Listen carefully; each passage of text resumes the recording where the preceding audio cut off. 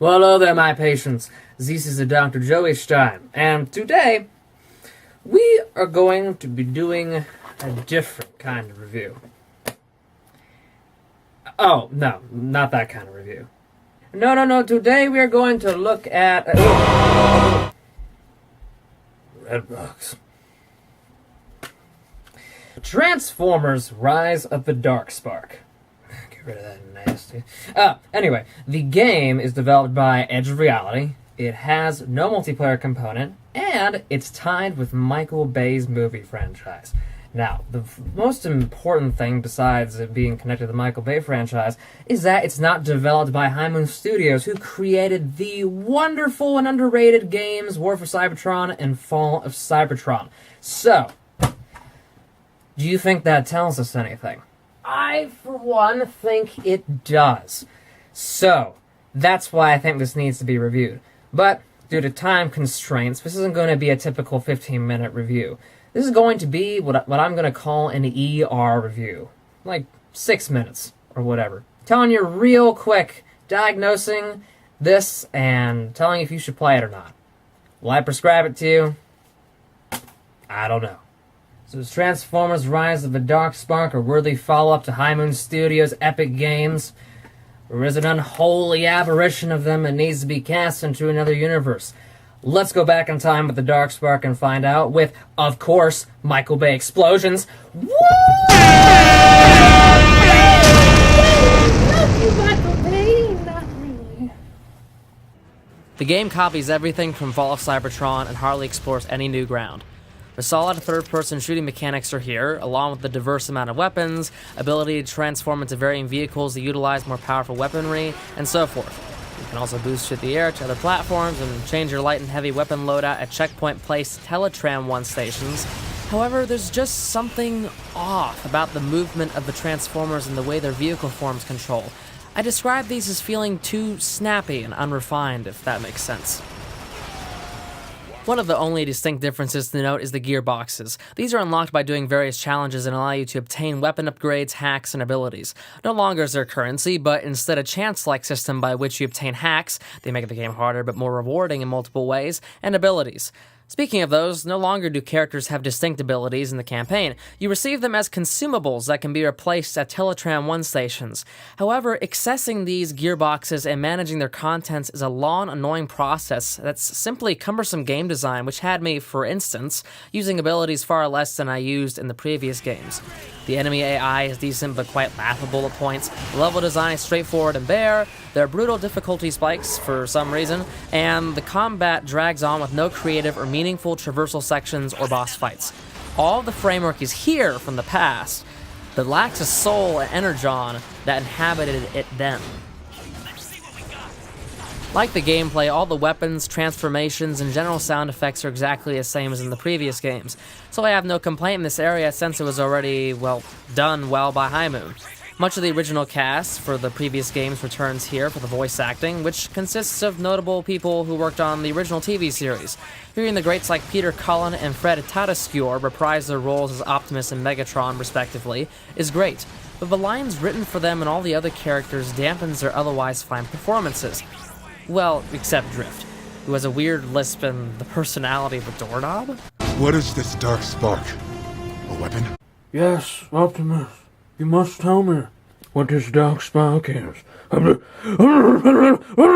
Unfortunately, humor falls flat and awkward dialogue abounds, highlighting one of the game's major downfalls. I'll get to that later. And the music, the main menu greets you with some kind of weird dubstep electronic orchestral thing, and that's what much of the rest of the soundtrack is like. So, in other words, it ain't memorable.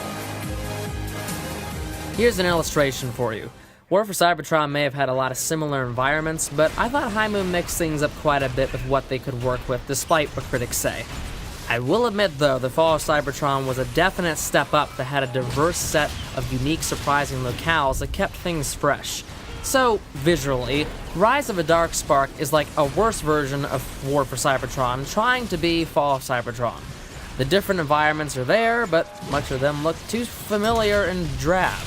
You can tell where Edge of Reality borrowed assets from the past games, but it implements them poorly. especially since for some reason the textures can be unexpectedly blurry to the extreme. Take a look at the Earth levels throughout this video. That's where you can tell Edge of Reality got out of their comfort zone to create its own environments, which are badly designed and just look odd and out of place.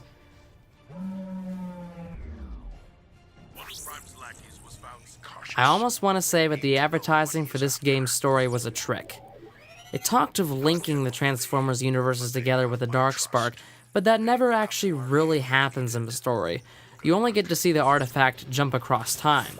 None of the characters jump universes, travel from one to the other, or so much as get close to anything like that.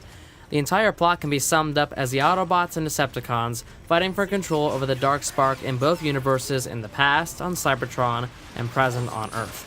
There are no consequences, shocking twists, exciting moments, anything.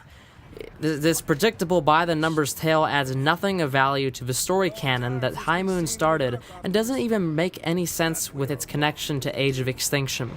The only threat to the film is that the characters from the movie are in the game. I haven't seen the movie, but I know that if I had, I would have been saying, how on earth does this fit into the Bayverse? Heck, the only point that slightly piqued my interest was this exposition on what the Dark Spark is, but that didn't go anywhere. Just like the rest of the story. Our struggle and all our hopes now hinge on the Ark. The Dark Spark is no longer an obstacle to us leaving Cybertron. Though I fear its terrible presence will yet be felt elsewhere. At this point, you probably get that I think Rise of the Dark Spark sort of pales in comparison to its predecessors. Yes, you can play as Grimlock, Bruticus, and an Insecticon in the 5 to 8 hour campaign. Escalation mode makes a return as well, but why do these things in this game when you have the massively superior Warforged Fall of Cybertron? Yeah, there's also an impressive 44 character roster and slight changes made to the escalation mode, but I hardly bothered with that as the maps looked boring, and then there's... You know what? I can't do this anymore. This just makes me a very sad man.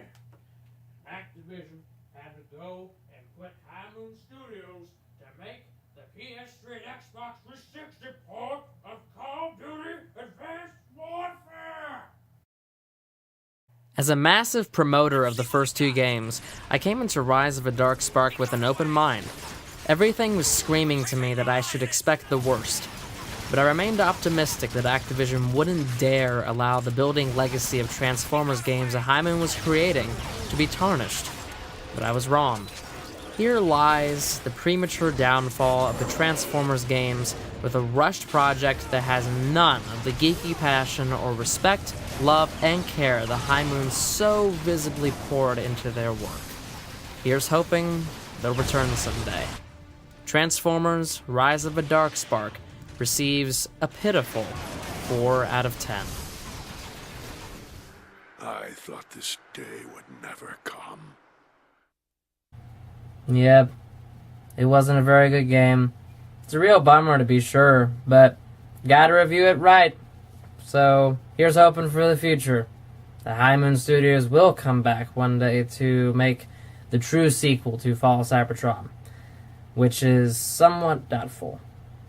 But anyway, thank you very much for watching this video, this ER review. Again, to explain, the first part of this video I recorded about 3 weeks ago, so the clips I used, I didn't really explain too well what that is. It's just short reviews.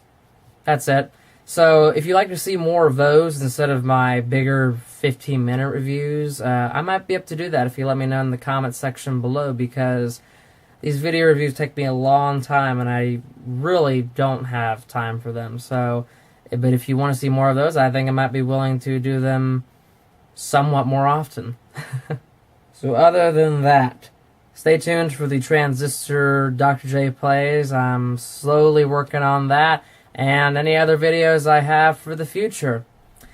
This has been the DrJoeystein, my patients, and thank you very much for watching.